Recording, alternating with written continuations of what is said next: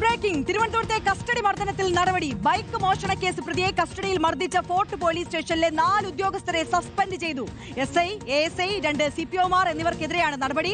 ക്രൂരമായി മർദ്ദനമേറ്റ പ്രതി ജിനു ആശുപത്രിയിൽ ചികിത്സ തേടിയിരുന്നു. ജിനുവിന്റെ വൃക്കകൾക്കും പേശികൾക്കും ക്ഷതമേറ്റിട്ടുണ്ട്. അതിനിടെ ഫോർട്ട് പോലീസ് ചുറ്റിക കൊണ്ട് മർദ്ദിച്ചെന്ന ആരോപണവുമായി കൊച്ചിയിലെ വർക്ക്ഷോപ്പ് ഉടമയും രംഗത്തെത്തിയിട്ടുണ്ട്. ആ പ്രതികരണത്തിലേക്ക് ആദ്യം.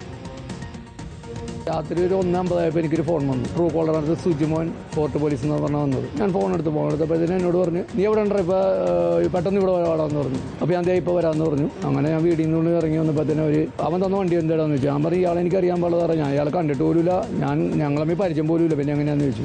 പിന്നെ അവരൊന്നും എന്നെ സംസാരിക്കണ്ട, എന്നെ എടുത്തിട്ട് അടിയായിരുന്നു, ചുറ്റുകൊണ്ട് അടിയായിരുന്നു. ഒരു എന്നെ റിലീവ് ആക്കണത് 3 മണിയായപ്പോഴാണ്. ഇങ്ങനത്തെ പോലീസുകാരാണ് ചുറ്റിയൊക്കെ അടിക്കണത്. ജിനു എന്ന് പറഞ്ഞാൽ ആ മുടി ഇങ്ങനെ ആ പയ്യനെ നല്ല അടി അടിച്ചു. ഹരിമോഹനും SS ശരണുമാണ് വിശദാംശങ്ങളുമായി നമുക്കൊപ്പം ചേരുന്നത്. ആദ്യം ഹരിയിലേക്ക് പോവുകയാണ്. ഹരി, തിരുവനന്തപുരത്തെ കസ്റ്റഡി മർദ്ദനത്തിൽ നടപടി ഉണ്ടായിരിക്കുന്നു. വിശദാംശങ്ങളിലേക്ക് പോയാൽ.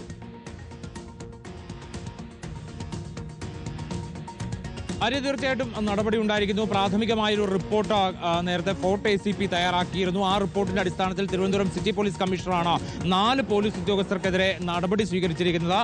ഗ്രേഡ് SI ആയിട്ടുള്ള ശ്രീകുമാർ, ASI, 2 CPOമാർ, അതായത് സുനിൽ, സിജുമോൻ, ഗിരീഷ് എന്നിങ്ങനെ 4 ഉദ്യോഗസ്ഥരെ സസ്പെൻഡ് ചെയ്തുകൊണ്ടുള്ള ഉത്തരവാണ് city police commissioner K. Karthik പുറത്തിറക്കിയിരിക്കുന്നത്. പോലീസ് സേനയ്ക്ക് കളങ്കമുണ്ടാക്കുന്ന രീതിയിലുള്ള നടപടി എന്നുള്ളതാണ് ഇവർക്കെതിരെ ആരോപിക്കപ്പെട്ടിരിക്കുന്നത്. മാത്രമല്ല, ഇവർക്കെതിരെ വകുപ്പ് തല അന്വേഷണത്തിന് കൂടി ഉത്തരവിട്ടിട്ടുണ്ട്. വകുപ്പ് തല അന്വേഷണത്തിൽ ഗുരുതരമായിട്ടുള്ള കാര്യങ്ങൾ കൂടി കണ്ടെത്തിയാൽ കൂടുതൽ നടപടികളിലേക്ക്, അതായത് പിരിച്ചുവിടൽ അടക്കമുള്ള നടപടികൾ വരെ ഉണ്ടാകാനുള്ള സാധ്യത തള്ളിക്കളയാൻ കഴിയില്ല എന്നുള്ളതാണ്. കാരണം ACP നടത്തിയിട്ടുള്ള അന്വേഷണത്തിൽ പ്രാഥമികമായി ഇവർക്കെതിരെ ആരോപിക്കപ്പെട്ട എല്ലാ കാര്യങ്ങളും തെളിഞ്ഞിരിക്കുന്നു എന്നുള്ളതാണ് പ്രധാനപ്പെട്ട കാര്യം. സ്റ്റേഷനിലെ, അതായത് ഫോർട്ട് സ്റ്റേഷനിൽ ഈ പ്രതികളെ, ജിനു, ഉണ്ണി എന്ന് പറയുന്ന 2 പ്രതികളെ കസ്റ്റഡിയിൽ എടുത്തു കൊണ്ടുവരവേ ഈ സ്റ്റേഷനിൽ വെച്ച ഗ്രേഡ് SI ആയിട്ടുള്ള ശ്രീകുമാർ ജിനുവിനെ മർദ്ദിക്കുന്നതായുള്ള, മുടിയിൽ പിടിച്ച് മർദ്ദിക്കുന്നതായുള്ള ദൃശ്യങ്ങൾ, CCTV ദൃശ്യങ്ങൾ ACPക്ക് ലഭിച്ചിരുന്നു. ആ റിപ്പോർട്ടിന്റെ, ആ ദൃശ്യങ്ങളുടെ കൂടി അടിസ്ഥാനത്തിലാണ് അത്തരമൊരു റിപ്പോർട്ട് തയ്യാറായിരിക്കുന്നത്.